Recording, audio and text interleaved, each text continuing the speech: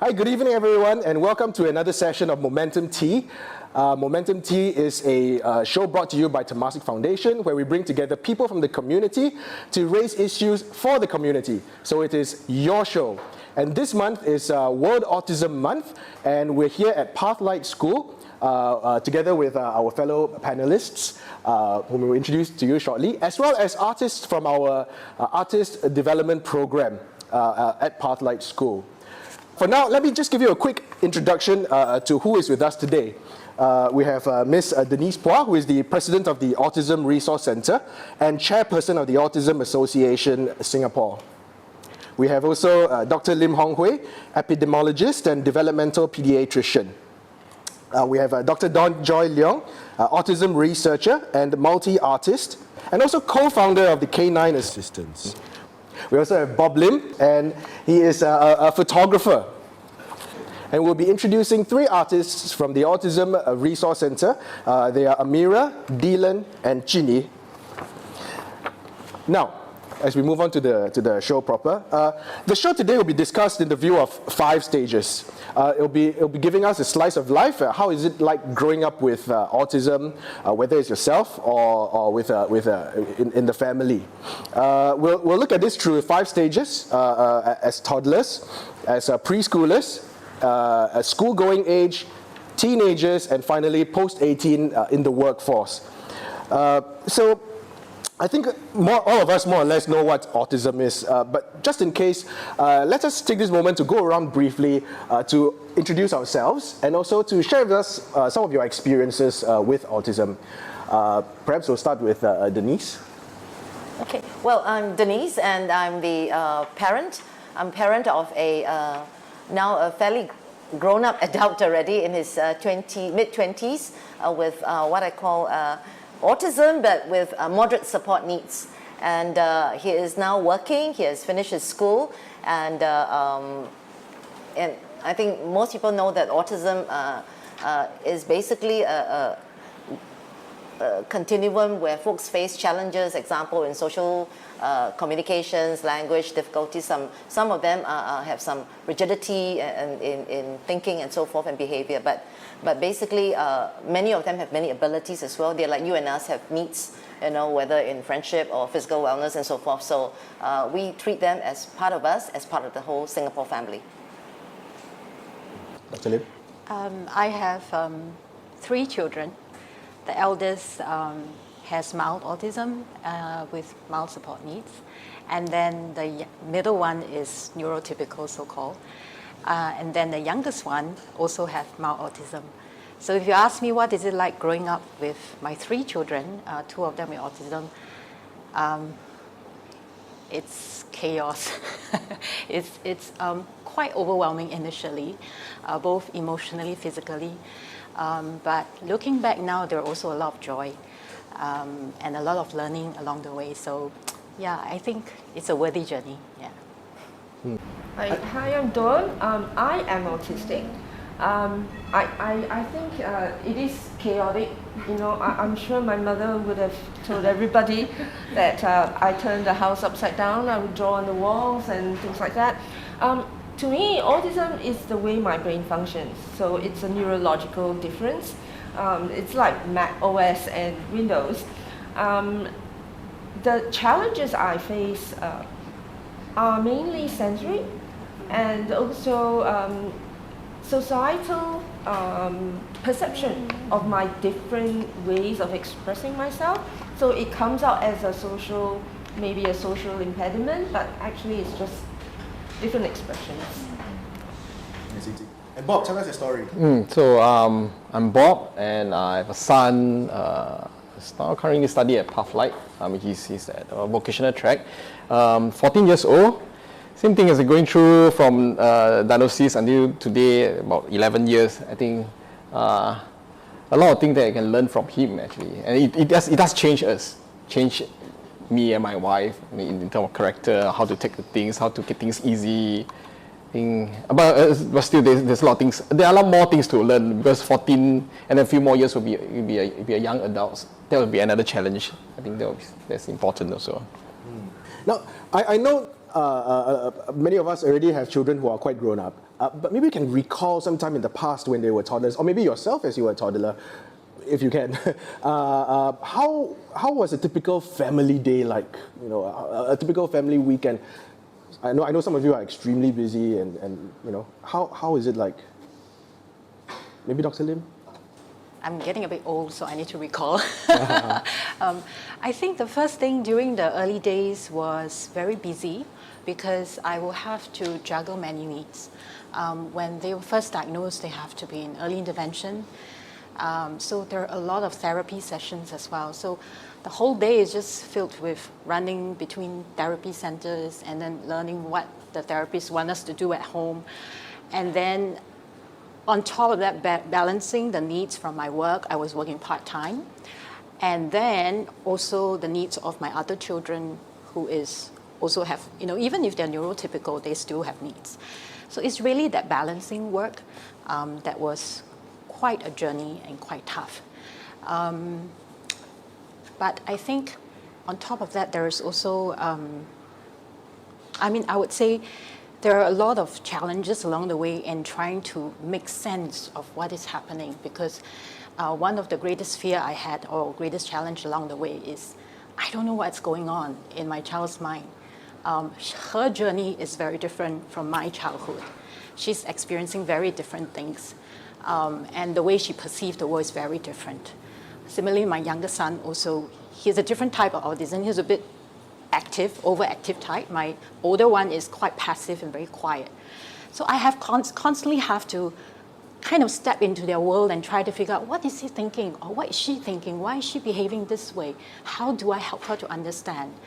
So especially in the early years when they're toddler stage, they can't really speak very well. Autism has delayed speech, delayed communication, delayed social interaction. So I will have to be the compensatory factor to really then try to figure out what's happening and help her to understand. So that constant journey of understanding, developing, learning, and keep going can be quite tiring. But looking back now, I think all of us has grown a lot as parents. Yeah. I try to recall. I think my child, compared to the parents here, is the oldest now. He's about 26, and so if I can recall more than 20 years ago, I think when my son was first diagnosed, and that's a long time ago, my husband and I were very distraught. Autism was hardly heard of, and I never knew that such a thing existed. I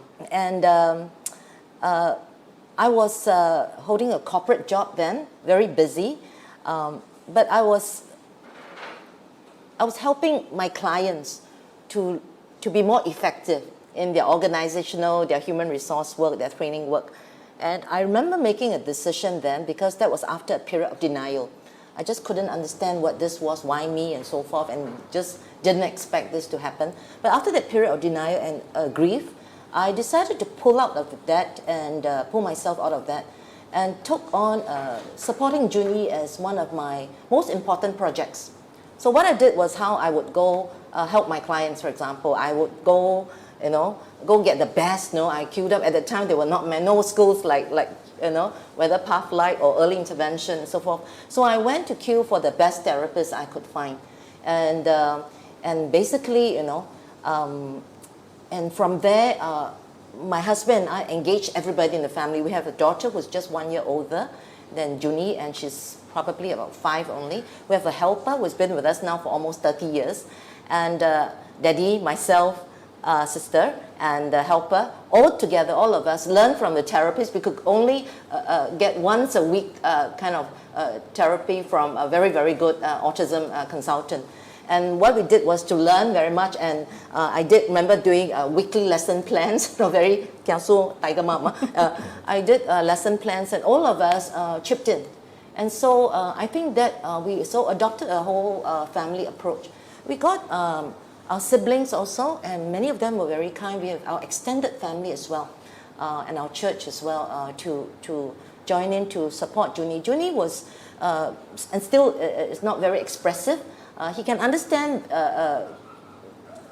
well receptive language, they call it, but in terms of communication, it'll be a bit tough. you know. So we did all we can, and I think Jun-Yi just grew and developed, and I think our own lives were totally transformed from very corporate, very you know, what Singaporeans normally do, you know, focusing on career and what they do, trying to find good schools, so they totally transformed to something that is not just focusing on ourselves, but also on others. Because through the journey, I also found 20 years ago, while Singapore boasts of excellence in many areas, but certainly not in education of people who are different. And so we decided not to migrate at that time, you know, and we decided to do something. And so some of my precious therapy time was also given to some of the families who didn't queue up long enough to get the therapy time. So I think our lives, our whole families, members' lives are all transformed because of Jun-Yi. And I agree with Dr. Lim Hong Hui that we would not have it any other way, because I truly enjoy my son now. Wow, that's amazing. Well, so we've heard from the parents. So Dr. Dawn, I would like to also hear a little bit about, from your own point of view, if you could recall as a very, very young person, as young as you can remember. Many autistic people can recall, you know, their early childhood. I'm not that great with that, but there are some things that indicated. So I'm 55, I'm as old as Singapore. And when I was growing up, you know, it wasn't heard of. They would send what you would diagnose as autistic nowadays, they would send them to the asylums, you know. So at that time, it was good that I didn't have a diagnosis. When I was 3, before I could read or write, people tell me it was very easy to babysit me because they just put me in a corner with some stuff and I would just entertain myself. So I used to help myself to my mom's origami books, and I'll just look at the diagrams because I couldn't read. So I would look at the diagrams and I'll just fold paper. So that began my interest in art. And because I didn't have a diagnosis, I actually had a very good early intervention. It was accidental, you know. So I used to like to draw on the walls. So instead of punishing me, my mom would bargain with me and say, okay, I'll give you this wall and you draw here and please leave all the other walls alone. So that became my communication center, broadcasting center. I would do little words that I'd learned or diagrams. And then the typical autistic child play, which is actually now, the downside of diagnosis is that, if you're spitting your toys too much, it's an impairment, or if you're repetitive, it's not good. But nobody knew then, so I would spin, and my father would come and say, okay, have you heard, this is a law of physics, there's a physical law. And so he applied all that to my natural autistic instincts, and nobody told me that lining up my toys was inappropriate play. So I would just play on my own, and they were happy that I wasn't destroying anything. So I actually had a pretty good accidental early intervention, which helped me a lot with my learning in school. As for mainstream education, those were the nightmare years that, I wouldn't, I'm not too keen to talk about because it was quite traumatic. The sensory issues were the main things, but there was also bullying. I wasn't bullied by my peers. I was very lucky, but a lot of autistic people are bullied by their peers. I was actually bullied by my teachers because they couldn't understand why I was different, and I couldn't explain. So that's when the diagnosis is helpful. So it's for me it was pros and cons. So the good part was I was diagnosed, so I could learn the way I naturally learn without anything enforced. But the flip side was then some teachers didn't understand. Why I was like so clever clogs. I was always put out on my hands. I know the answer. I will ask a question that they couldn't answer. Yeah. So when you say bullied by teachers, it's really so just... because you don't get to the root. But now teachers are different. They are special ed teachers. They understand. They deal with the kids differently. But back then, I became a teacher later on, and I understand that you have a class of 40. You just have to shush. But I was that kid who was always Right. Perhaps I want to share. So my experience was Jun-Yi is my son. My son is diagnosed, and then we have no idea what's autism about. And I still remember on the day the doctor was telling us that yes, your son is diagnosed with autism, and my wife will start crying. I said, we just earn enough money to help him to cure. But then the doctor said, no, you won't cure. You will be with him throughout his life, and you will. I said like, the more that I do the research, the scarier it is. And when I share with the parents and my in-laws, and we go and find some research, that was back in 10 years ago, right? And then, the more we learn about that, the scarier it is. Then everyone will cry in different room at night for about a month. And like what Denise and Dr. Lim shared, you deny and then accept and then live with it and then try how to deal with it. For both my wife and me, we are both in the newsroom. You know, the life is always rushed for the deadline every day. That's the life that we love. But when it comes to Jun-Yi, my son, things need to slow down. As the slowdown is not a normal neurotypical speed, but it's really like the same thing need to repeat and repeat. I said, no, this is not the way that we do things. So we rush for deadline every day. But then we come to this boy, it's like, okay, must learn to calm down. And for example, is it like cleaning, is it household chores? Even teaching him how to call Papa. I still remember there's one day that I told my wife, I saw kids come out from the school or kindergarten, say, hey, came out and then talk to the father, say, what happened today? Oh, then Papa. I was telling my wife, when will be the day that Jun-Yi will come and hold my hand and then say, Papa? I mean, that's the thing that is a luxury, you know, for special needs kids, families. And I'm sure that a lot of families, same as us, that we can't afford a lot of therapies, a lot of different help. So like for us, when we go to I still remember the first therapist that we went to while we were waiting for the early intervention school, the placement, we went to a school, then he said that, the best thing to help your child is before the 6 years old, the golden years or this and that, and then you need to spend, the best thing is you spend 2 hours, you can come to this course of 2 hours a week, a class, and best is three times a week. You know, one class, 1 hour is about $100, so one class is $200, 3 class per week is $600. Can you calculate? That is about, for us, it's a normal guy who earn not much, and that's a 1 month salary. So both we decide that one of us should leave the job, maybe can have more time with our kids, and eventually both of us will quit our job to spend. But I still remember there's one day that I bring him to a swimming pool, and I was lying down on the pool. I said like, okay, this is the first time I look at the sky. You know, as a newsroom, you don't really work in this. But I said, this is such a good life. I said, a Tuesday afternoon, I can look at the sky with my son. Again, I think things change. I need to learn how to accept it and then let enjoy the moment. I think that's important. Yeah. So all that was a lot about how it was in the beginning. What about compare it to fast forward like today? Contrast with today. How is it like? Any funny moments or any happy moments that particularly stood out for you all that you could share? I guess children and also Dr. Dawn, they're all quite different because sometimes people say you see one person with autism, you see one person with autism.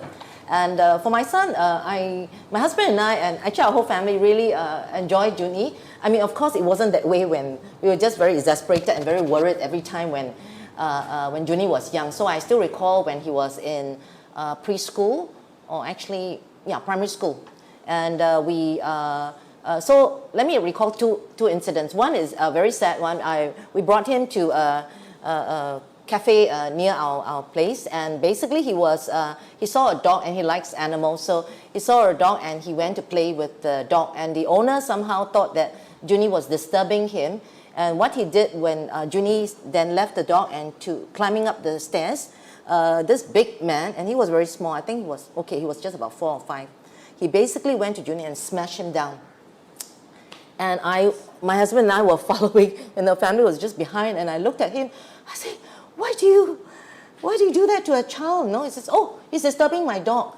And I said, then, take somebody your size. You can hit me. You don't hit this small one. It's like you are 4 times his size, And so I said, my son has special needs, And then I remember him telling me, my dog has special needs too, And so, it was very heartbreaking.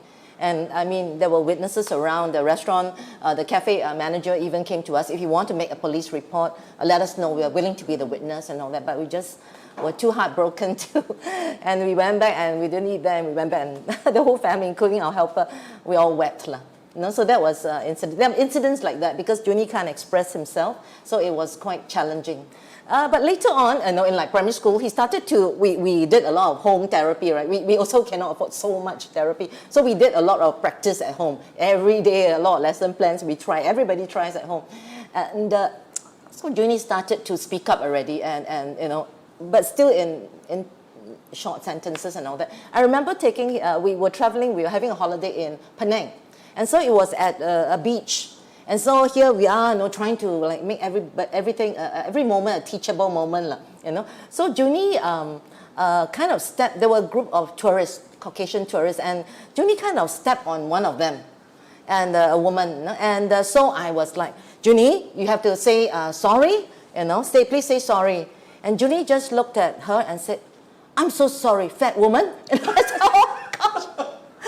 And it was those kind of, our kids are just so delightfully honest sometimes, and there's sometimes no filter. And but I mean, it's very embarrassing. So of course we took no time. Don't want to explain what autism is, so we just ran off. And sorry. And but I think those are moments I can recall many times in our lives, in our family life. But we start to accept and enjoy these moments. And sometimes when you go back to work, I speak to Jun-Yi or my husband, and we really enjoy him because no filter, and this is what you get, a lot of innocence, and and he's a nice guy, So it's, I mean, I don't mean to be overly enthusiastic or optimistic, whatever, but we truly enjoy him, and we think that.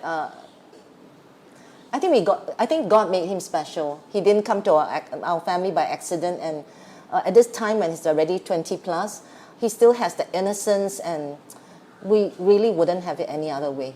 He totally, again, transformed our lives.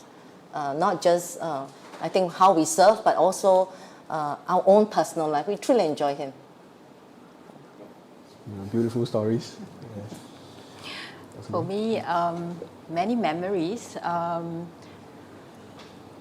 Because I have two, I'm trying to think which one to go first. Okay, maybe I'll talk my eldest one. My eldest one, she is the type that doesn't talk much. So when she was, I think 3 years old, when she was in a mainstream preschool, and there was once the school was having Lantern Festival celebration, and parents are invited. And then when I went to the school, I was hoping to see her performing and joining the rest of the friends. But then I realized the class is being held because it's not their turn to perform yet. So the whole class is inside a small room. So I went to look for her, and I saw her at a corner, very quiet. And the moment she saw me, she ran to me and she cried. And her other friends were very happy, I'm going to perform for mommy, but she was crying. So I was wondering, why is she crying? Then I felt her, and she actually peed in her pants. And I said, why didn't you tell teacher? But she couldn't say. And that's, I think, where parents is like, I think the teachers are trying their best. But when you see your child suffering, I think that's where it's quite hard.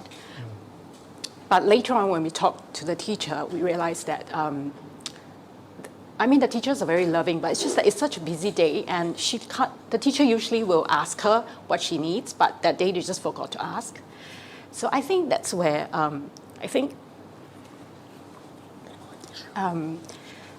a lot of times when things happen and parents get upset, we must also understand that people don't deliberately want to put our kids in a difficult situation. So we must overcome that grief first, and then take a step back and say, okay, how do we help her to function better? Maybe, so then after that, then I kind of like teach her to maybe have certain signal when she needs to go to the toilet. and also for the teachers to help her to be more watchful when they're busy. So I guess there are moments like that in life that where other parents or other kids kind of do it just so easily, but for our children, it's so tough. So we really have to think of different ways to help them to overcome that challenge. So she can't really talk very well, even up to 11 years old. So that was when I got her diagnosed. She was actually late diagnosed. But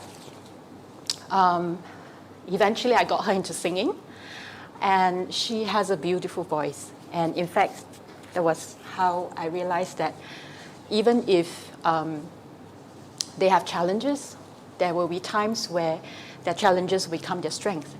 Because she loves singing, she has a beautiful voice. She took up classical singing, and she has grade 6 distinction in the, with the Trinity College exam. And she represented the school to do a lot of performances, even in Carnegie Hall, she went with the choir. But the singing teacher tells me that she is the best student she ever had because she's very hardworking. Other kids will just practice the song at once. She will practice it so many times. Because of her autism, she likes it, she just keeps doing it. So that's how she becomes good. So I think sometimes their weakness can be their strength. So that is the part that, is bittersweet. My son, he's the hyperactive one. He is very endearing, and I agree with Denise that sometimes their innocence is so sweet. Even at 11 years old, he will always want to hug me, and he will always tell me, "Mommy, you're the best mommy in the whole world." I think most boys at 11 years old wouldn't tell you that anymore. But for him, he's always very endearing. And I think that's part of autism is they actually love people, they love you, they may not be able to tell you, but they will express their love in a very intense way. And they're very faithful people. So that's my joy and my tears. Amazing. I'd like to hear from Bob first. Yes, Bob, I saw on Facebook that your cleaning day is actually Sundays, is it? So you have a schedule of sorts, yeah? But I think of course, throughout the whole journey, there are a lot of interesting moments, sad or happy. I think there's one that happened that just maybe 2 years ago. My wife was diagnosed with cancer, nose cancer, and then there was a period that she was hospitalized in the hospital for about 7 days. So I was with her in the hospital for 7 days, and so Jun-Yi was with the grandparents for those periods. And there's one day that I decided to bring him to the hospital. Say, okay, maybe you should explain to him, because we're not sure whether he understands mommy is sick, throughout the journey, throughout the period, chemo and all the treatment. So we're trying to tell him, but I don't think he understands. I mean, we thought that maybe he don't understand, but the moment when you bring him to the hospital, he saw mommy, but he just walk past, sit one corner, play with the phone, and and after half an hour, I said, hey, shall we go have a lunch? Then I brought him to the mall. On the journey to go to the restaurant, he started cry and scream. No, it's really scream, And I'm quite happy at the moment. I don't there's something. He can't really communicate. Can't really tell that he can a few words but not sentence. So I say, why? Why you cry? Why he starts crying? And they say, I'm angry. I say, why are you angry? Because I'm sad. Why are you sad? Because I'm angry. So you keep repeating, I'm angry, I'm sad, and because I'm crying, so I'm sad. So I'm crying. So I was like, it's okay, let him cry. My mom was with me. I said, it's okay, let him cry. So calm him down. So there are people passing by. So some of the people looking at us, how I calm him down, say I said, okay, I'm doing a good job. But of course, there are someone passing by and say, okay, such a big boy still crying and screaming in the MRT, in the mall. After about half an hour, when he come down, he say, Mommy, home. So he want mommy to go home. It's like, okay. Oh, there's the moment okay, you understand. This is so nice, It's okay, can. So, but of course, after the episode, half an hour later, I think he's overcome. That means he's done, managed to tell what he want. He will continue enjoy his food, enjoy his mall, and then go back to the hospital to say bye-bye to mommy. Then I think there's a closure for him. Why is mommy is not at home for about 7 days? Because mommy is at hospital. So he tried to relate. So he tried to make the pictures. Oh, that's why mommy is not at home for about 7 days. And that's very. That's the moment that I think is very important in our life. I think, yeah. Well, I hear these stories and I think when we open our doors and step out of our houses onto the streets, we do have to realize that we share Singapore, the whole community, with a wide variety of people. And I think, there are some assumptions that we may have about the world, but it's important to keep sight of what's happening around us. Which brings me to my next question also. Are there any common myths or misunderstandings that, that people have about autism? Finished. Oh yes, I'm sorry. Yes. Please go ahead. I wanted to hear from them because I want to tell parents that you look at me now, I'm 55, I have a PhD, but my experience of being autistic is no different. There are times where, and still happens, I have no filters. I know Denise knows that. It's very hard for me to filter whatever I think I would say. So I've had moments when I was a kid, like my mom would say, is auntie pretty? No. Oops, I shouldn't have said that, So I have the same, because we have the same neurology, so I had no filters. I had problems with emotional regulation, difficulty telling people how I feel, and even going to the loo. So I had the same episode when I was in kindergarten. We had to line up for the loo, and I really, really needed to go, but I didn't know how to say, and the kids were making so much noise. I was really overwhelmed. So I wet myself, but during that time, long ago, teachers were not so patient. So I got punished, and then when I went home, I got punished because, why don't you just say it? But sometimes it's very hard for us to just say it. It was in our heads and it's locked in there. And I think I'm saying it, but the words don't come out. Or I love my mom. I love my mom a lot, but I grew up thinking that she didn't love me and she thought I didn't love her because we didn't express the same, on the same wavelength. But I'm glad she passed away last year. But I'm glad that I came back to Singapore and I had 2 years, very good 2 years with her, because finally I can explain my autism to her.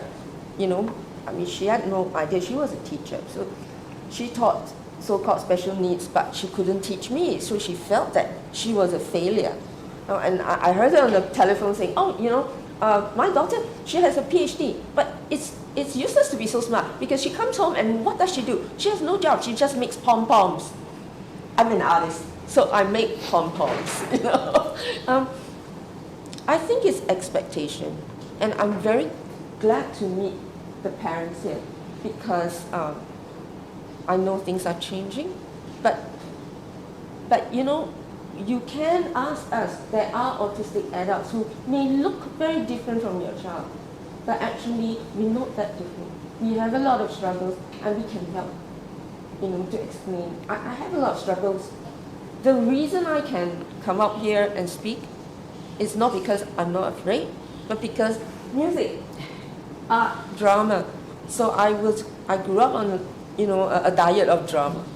So I always say, if your child is shy, autistic or not, music, drama. So I take this as a grand performance. Then I'm no longer afraid of the social interaction. Because being autistic, actually social interaction is very stressful. I don't know whether I'm saying the wrong thing, or am I saying something with no filters? No, and offend somebody. But if there is a scripting, there is some bridge, music, performance, I'm okay. So take heart, I'm not that different from your child. And we do grow up. And I'm glad my mom was proud of me at the end when she saw my work. As I listened to some of the stories, I realized that whenever we step out of the doors, step out of our homes and get onto the streets, we share Singapore with a lot of people. We don't know who's around us, and I think we ought to open our hearts and our minds to be aware that there is a very wide variety, a very wide texture of people in the community. I'm curious about some of the myths and misconceptions about autism, from people in the public, from people who don't know, who have no experience with it. Have you encountered any of these in your daily lives? People with autism are not sociable. They don't like friends, or they don't want to have friends. The truth is, I think they yearn for friends. My eldest one, when she was young, she's always very quiet. But when she grows older and she's become very verbose, sometimes she talks too much nowadays. And she's always looking out for friends. But of course, because she doesn't have filter, sometimes she really, she just sit down with someone she met maybe for 10 minutes. She can tell the whole life story to this person for 1 hour. That's because she really wants to make friends. So I think that's one, that they don't like friends, but actually they yearn for friends, and I think we should help them to make friends. And also we need friends to be really understanding. So because they can be misunderstood as inconsiderate or, selfish or things like that. So because sometimes they can't understand what you need, they can't read your mind. So you really have to tell the person. For example, a lot of times I'm very tired. At the end of the day, my daughter will want to come and tell me some things that she has learned today or is very interesting. And then most people will say, okay. And then if it's friends, then friends will probably just, humor her. But I have learned to tell her, Marianne, look at mommy. What do you think I'm feeling right now? And she'll look, and then you look tired. Then, yes, I'm very tired. So can you don't talk to me now? Let me have 15 minutes break. So we have to learn to help them to make friends by sometimes being gently explicit. Yeah. So I think first thing is they don't like friends. The second thing is they can't talk. They can talk a lot. If one day they can talk a lot. So, and the next thing is also they have no imagination. I can tell you their imagination is amazing. It's just that they don't imagine the way we imagine, or they don't tell us what they imagine, but they are so creative. And I got my kids into kind of art lessons, and their art is interesting. They look at things at so different perspective. And I have lots of art collection at home because from young I use art to train their fine motor skills. But I think that's the three things, yeah. For me, I think what I've learned, having Jun-Yi in my family and serving in the two autism non-profits, Autism Resource Centre and Autism Association, and also personally helping to help out in two schools which provide different curriculums. I think the phrase that I would describe autism would be same but different. So there are some similar things, and it of course comes in different forms, whether in terms of social awkwardness or social communication. It's also same but different. Some are really quite skilled, they mask it very well, and then some really just show it as it is.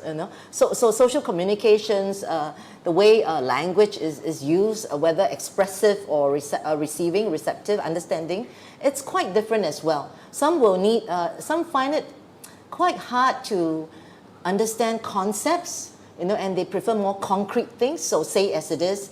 And some are okay with concepts. So I would think that while there are certain similarities, but there are some quite different as well. So some are imagination, that means their rigidity in thinking is not so, but some are really rigid. If I come to school by this way, and if you change the route, then, it's really, I'm going to melt down, or it's just, or I have to finish the computer. I have a student who make the whole bus of a lot of children, his peers wait for him because he had to finish the computer game in his mind.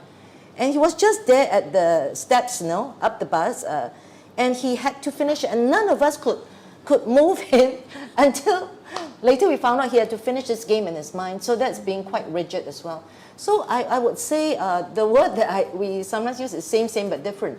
And also, while all these so-called characteristics come up, but they're also like the rest of us.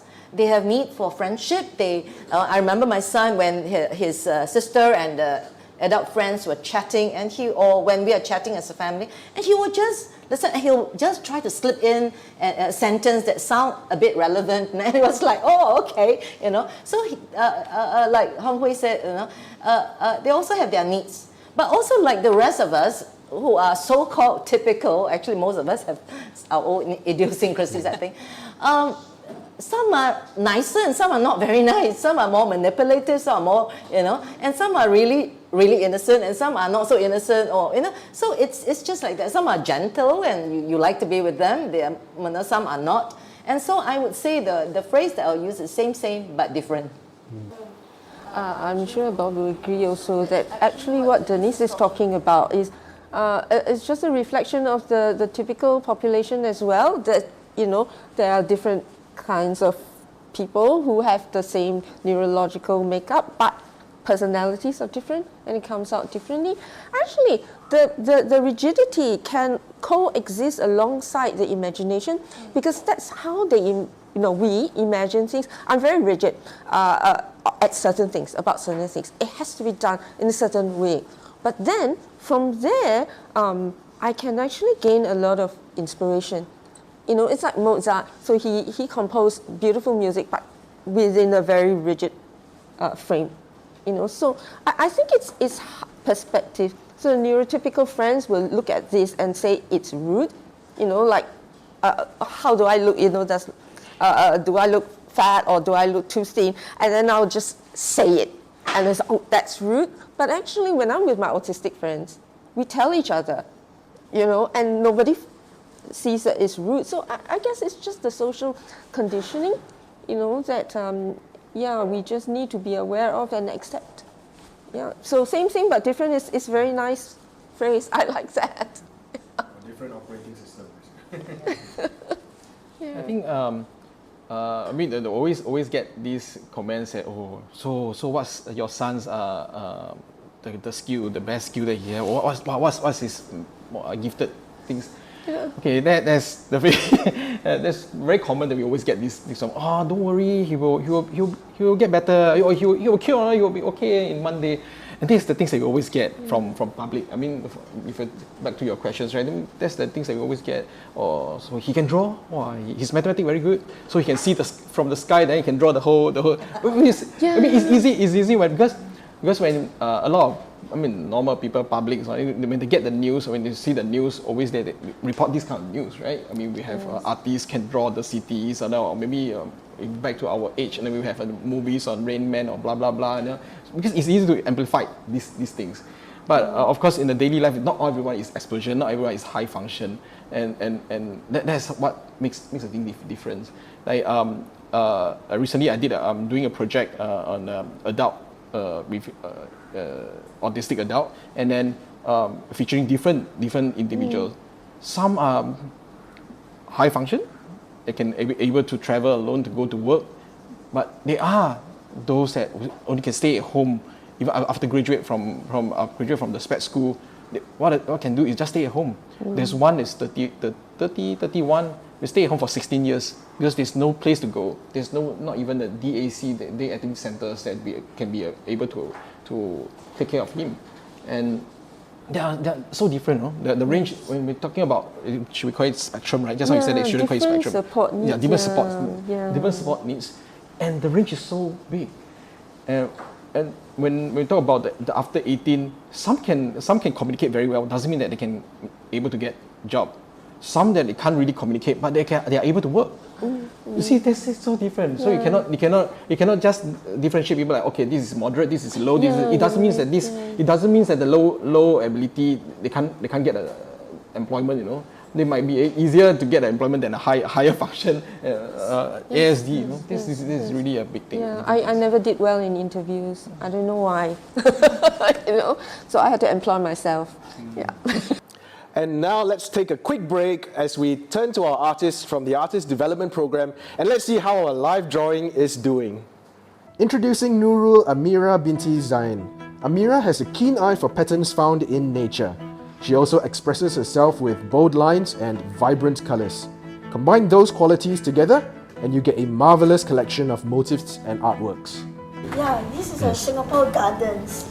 Well, there are 4 teams that I went to the gardens doing on my relaxation day, such as Jewel Airport, where you can see the elephant with lots of details of more the pink petals of the flowers.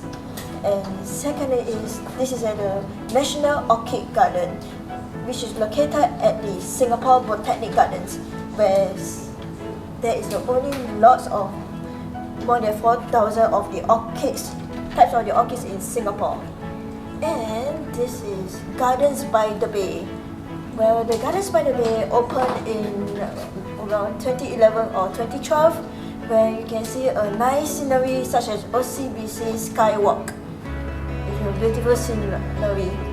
And lastly, this is at the Cloud Forest, where the only indoor tour of the waterfall with lots of fresh air, relax and see the scenery around in the Cloud Forest, enjoy the aircon. Lovely. Thank you very much. You're welcome. Yes. And this is Dylan Thomas Yeo.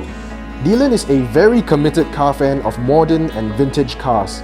His sense of drawing cars are gestured and joyful. He likes rendering with color pencils and markers. He rendered cars' shadows grounded firmly to the base on the paper surface.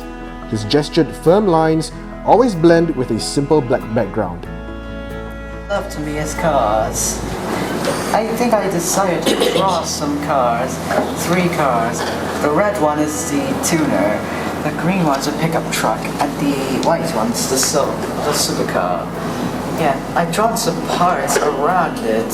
Yeah, some car parts like taillights, speedometers, grills, doors, and other parts like body panels and other stuff too. Yeah, when new models come, I always like to collect them. I am a big collector of dark house model cars. Yes, a very big collection of cars. Yes, every time I go on the school bus or when I'm on the move, I always take out my phone and take photos of other cars. Introducing Jun-Yi. Jun-Yi loves to draw a myriad of animals in vicarious situations. He engineers social interactions among his animals, which is something he rarely initiates with. With just a black marker pen, he draws each animal intuitively without any hesitation, and each carries a different expression. I think love is kindness to all these young animals. They are cute and cuddly and friendly and maybe wild and domesticated for all of them. There's no exaggeration you can tell anyone about this mother and son and animal babies. This animal mother and babies came to life from all over the world. Caterpillars and butterflies insects in a very big world. And spiders, also spiders. And that was awesome art. Now let's get back to our conversation. As we turn post-18, what I mean is 18 years and beyond, there are new and future issues to grapple with. Now let's get back to some of the questions. Let's talk about, what are some of the future plans that Singapore will see in place of to help children and autism in general. Perhaps this would be a question for Ms. Phua. I guess, unless it's a miracle, children with autism grow up to be youths with autism, to be adults with autism. And there are challenging issues. I would say that because we've done quite a lot in the last 15 to 20 years, I think government and society have put in a lot, especially for the early years, the preschool years and the school years. So the Ministry of Education, for example, has pumped in a lot of resources for that. But which also then, because they grow up, our kids grow up to be adults with autism, thousands of them will, at mostly post-secondary school or post-IHL institutions of higher learning, they would a lot of times experience what I call a cliff effect. A lot of resources, then after that, a certain age, services somehow are not so funded anymore. And, the time from when one is 21 to how long do we live, Dr. Lin? 83? 85. There's many decades, years. And so this is where, we, I think as a country, we know that much more has to be done. And resources have to be maybe not so front-loaded and really also spread out, and more to be added on to the you call it post-age 18 years. And that's something that I think everybody realized, not just autism service providers, not just families, not just persons, autistic adults themselves, but also government, And I would say it would take what we call a village work, or more than a village work, and all of us have to come in to ensure that things that some families especially are very fearful of, especially that question of what would happen to our kids, our children or adult children when we are no more around. Those are things that have to be addressed and have to be, I think, it's like when you have fear or a lot of anxiety over something, we have to confront it and solve it. And I firmly believe in the thinking that, the best way to predict our future is to help create it. And recently, I think the Autism Resource Centre, with the support of Autism Network Singapore, which comprises a lot of autism service providers, together with inputs, and Dawn, you are one of them, inputs of more than 500 persons, stakeholders, including autistic adults as well. We have come together and we have actually published what we call an Autism Enabling Master Plan, identifying the areas where there are high needs, especially in the adult spaces, and also trying to confront also the fears that many families have and many persons with autism also have as they face life after age 18. Some of which are, where does one live? What are some residential options?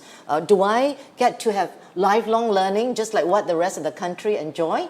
What about work? What if technology disrupts life so much and work so much, and the future of work is so different? How can I stay relevant? How can I keep learning and be relevant in my work? And what if I can't catch up with technology, in my daily life? What do I do? Where do I learn? And what about financial? What if I cannot get a job that pays enough? What happens to my financial sufficiency? What happens to the financial independence and wellness of my children?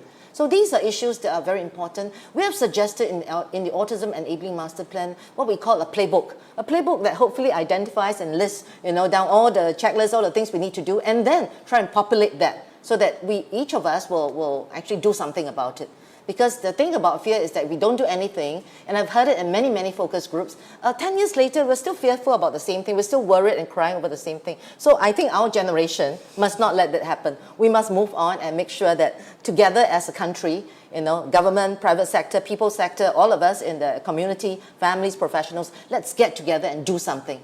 And I'm quite sure that, something will happen, something better than today will happen. So that's what I hope all of us, and what hopefully this program is about as well, to encourage everyone. Don't cry, cry, yes, but, wipe away the tears and let's get something done. And we can make a difference together. It's very powerful words. I'm going to ask different questions so we don't have the same question going around. So one of the questions perhaps I have for Dr. Lin, what changes, from those very powerful words, what changes do you hope to see in the future of Singapore? I think the greatest hope I have is for the community to see the people with autism differently and to value them as who they are. Why I say that? Because I think, like what Denise say, it takes a village.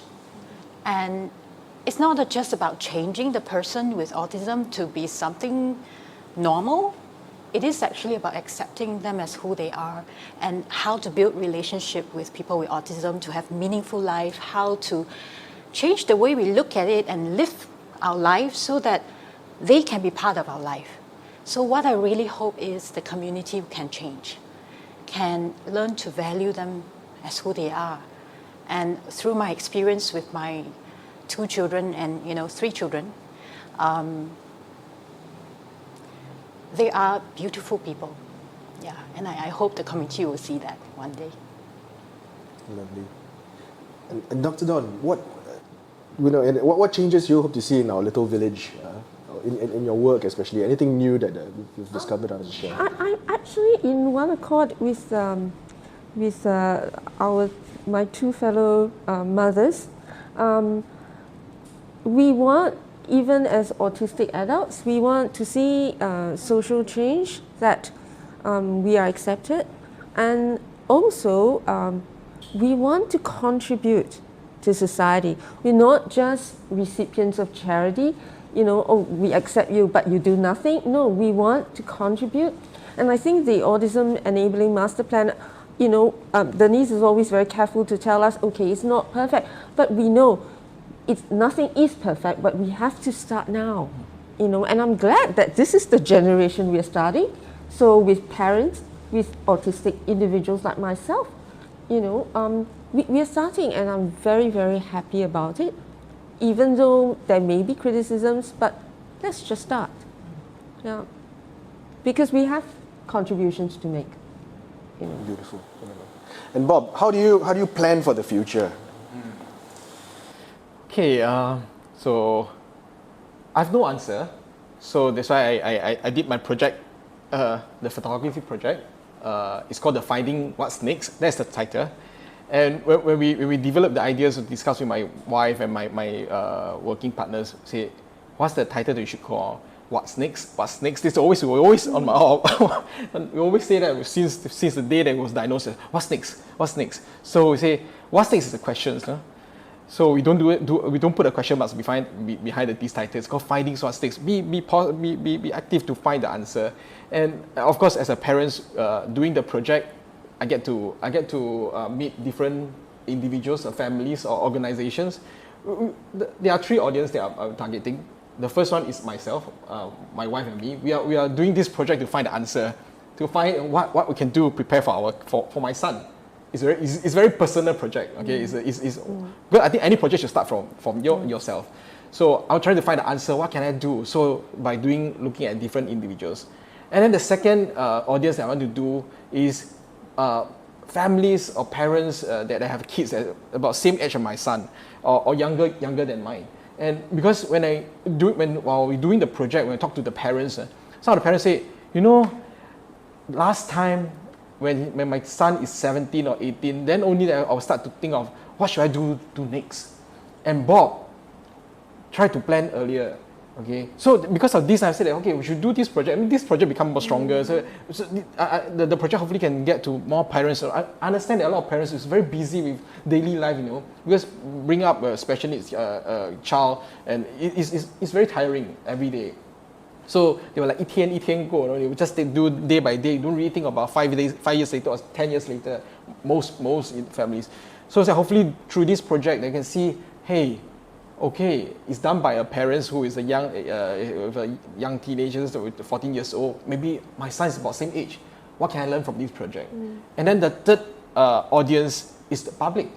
So the public, I mean, creating awareness is so easy. You can just put the words autism. You can just go to Google, then you can have all the information, right? But it's not enough. Awareness is we should move. Awareness maybe that 10 years later we should do that. Okay, already done. I mean, of course we've been through these things. I think as for now is for the public who come to see the things, or maybe when we do any program activities, let the audience see what's the things I can do. As a normal people, as anyone in the community, we don't need to come to be a big ideas. You can just small until I'm a musician. I can go to an organization. I can go to a center to perform my arts, perform my music, or teach them small little things, and then help a small group of people become happy. I think that's more than enough. So for hopefully through the project, people can come and see, hey, I can do this, or even your neighborhood.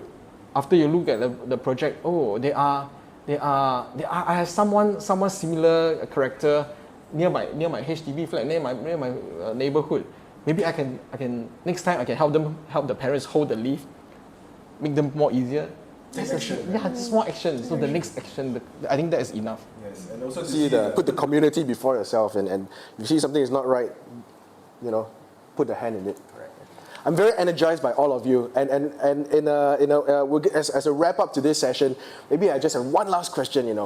What energizes all of you? What gets you out of bed each day? when you understand that autism is not, there's no like 5 years then everything will settle.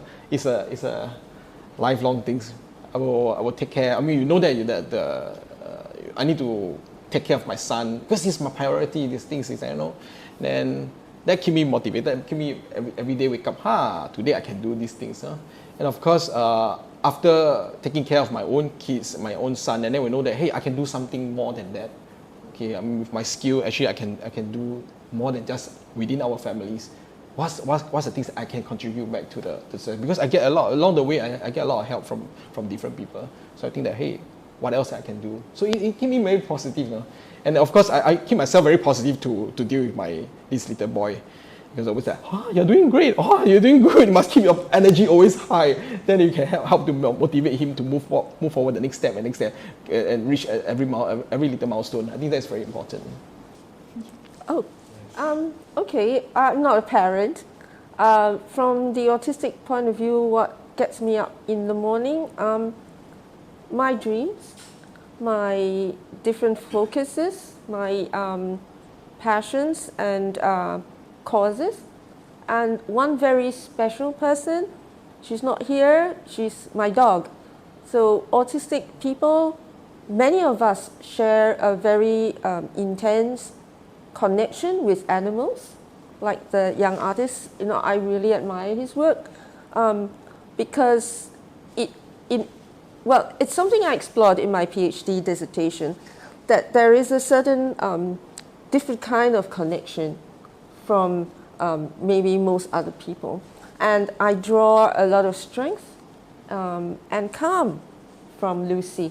So she's actually my assistant's dog, but more than that, she's my companion, and that gets me up in the morning, and that I can maybe share all the good things that I've had with other autistic people, with the community, you know, the whole community. So yeah, the dog, my interests. Yeah.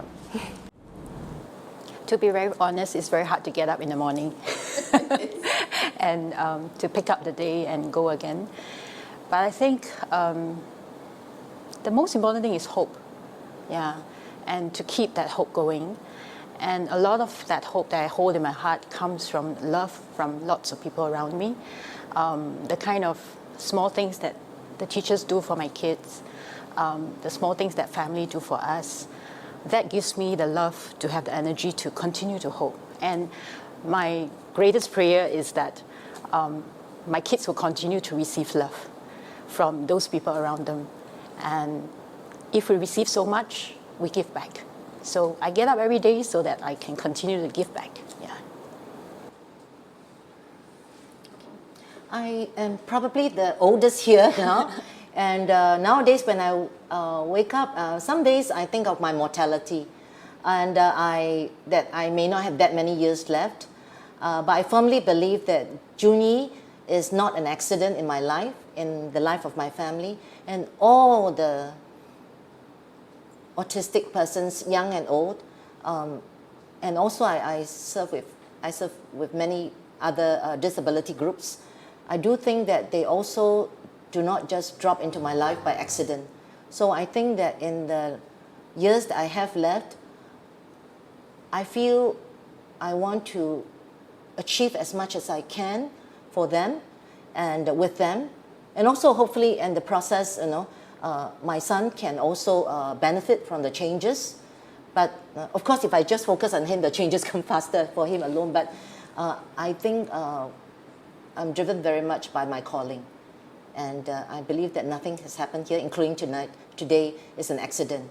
And I just want to continue to be a blessing because they have been such a blessing for me, all of them.